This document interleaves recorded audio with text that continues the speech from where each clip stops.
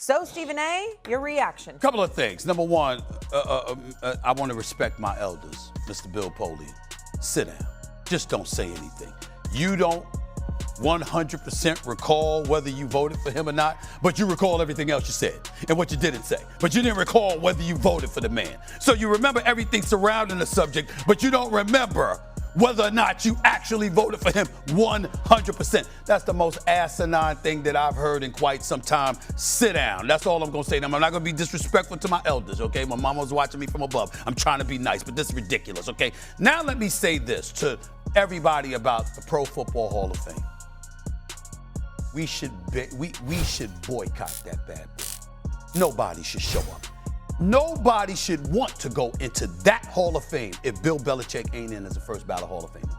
6 championships as a head coach, 8 overall, 2 as a defensive coordinator. For decades, Bill Belichick was treated as untouchable, the final boss, the man you weren't allowed to question without being laughed out of the room. 6 Super Bowls as a head coach, 8 rings total, 20 years of dominance that broke franchises, coaches, and quarterbacks across the NFL. And yet, when the Hall of Fame ballots came in, Bill Belichick didn't make it on the first try. Not first ballot, not automatic, not unanimous. Listen, number one, when you make that statement, Bill Polian, you're lying. And you know you're lying. Okay. You know you didn't vote for him. Yeah. You know you didn't vote for him. Talk, T. Don't lie. Talk, T.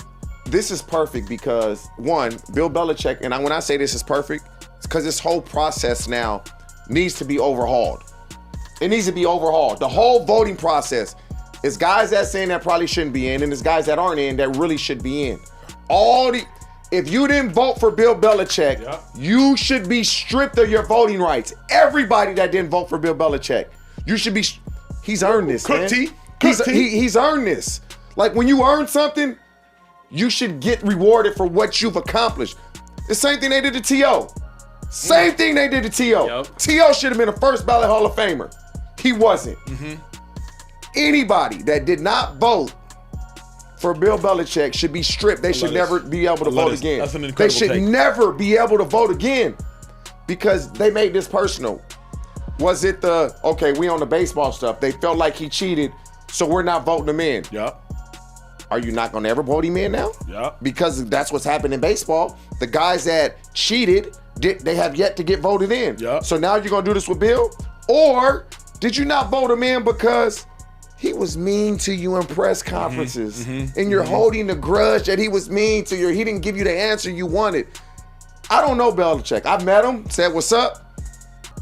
But for him and his family, bro, this is terrible. Because he's earned this. When you think, you can't even tell the story of the National Football League without bringing up Bill Belichick. You can't tell the story of the National Football League without bringing up Bill Belichick. And that moment, quiet, procedural, and buried in voting math, detonated one of the biggest credibility crises the Pro Football Hall of Fame has ever faced. Because this wasn't just a snub, it was a message. And depending on who you ask, it was either long overdue or completely unforgivable. But also, with what you said last night on your Twitter account, where you said if they're going to be using Spygate as an excuse for this entire thing, they're going to have to dig into basically everybody's stuff who is potentially trying this. Could you elaborate a little bit more on how common this type of thing is, and why did it make you so upset that they left Bill Belichick off the first ballot Hall of Fame?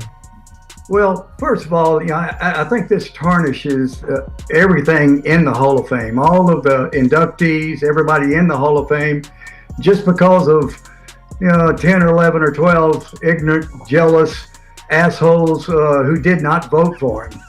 I think it tarnishes everything about the Hall of Fame.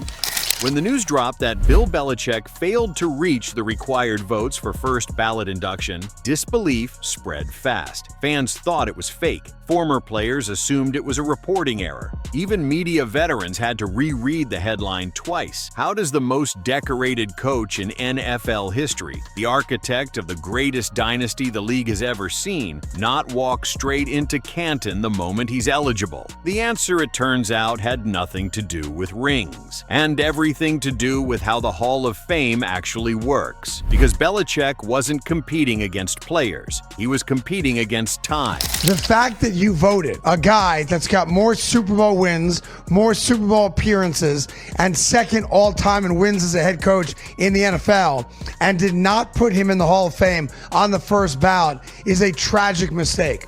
You have now watered down what the Hall of Fame is. Yeah. And I will guarantee you right now as we sit here that Robert Kraft is a part of this as well. Robert Kraft did not want to go into the Hall of Fame with Bill Belichick. I'm convinced of that.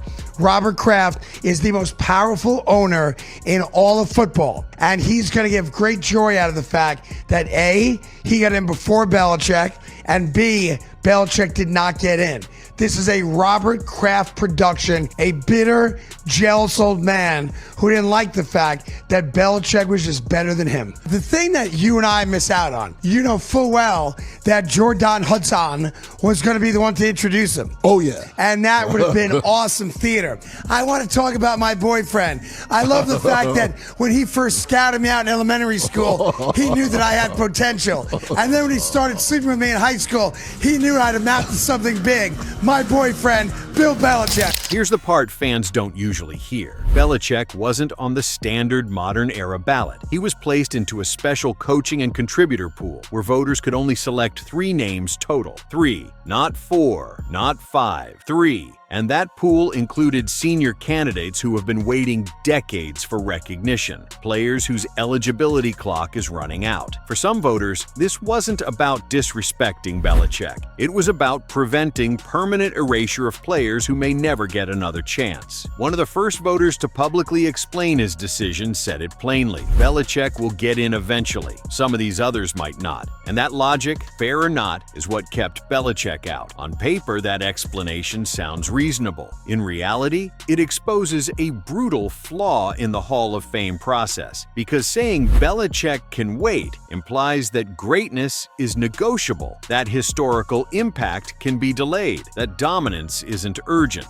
But here's the uncomfortable truth. There has never been a coach more responsible for shaping modern NFL football than Bill Belichick. He didn't just win, he changed how teams prepare, scout, defend, and manage rosters.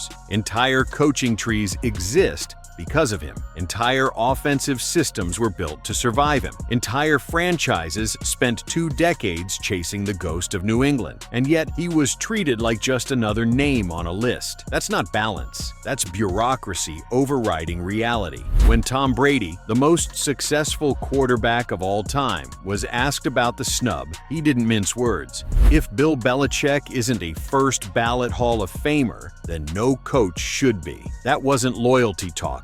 That was logic. Brady played for him every day. He lived inside the system. He saw the preparation, the adjustments, the discipline that turned average players into champions. And Brady wasn't alone. Patrick Mahomes called the decision insane. J.J. Watt questioned whether voters were even serious. LeBron James, not even an NFL player, called it disrespectful. When athletes across sports are confused by your decision, you didn't make a bold stand, you lost the plot. Of course, there's another layer no one wants to admit out loud. Belichick's legacy isn't clean. Spygate, Deflategate, years of resentment from rival executives and voters who never forgave him. Some insiders believe this was quiet payback, not officially stated, but quietly felt. A way to say, you were great, but not spotless. The problem is, the Hall of Fame was never meant to be a morality contest. If scandals disqualify greatness, the Hall collapses under its own history.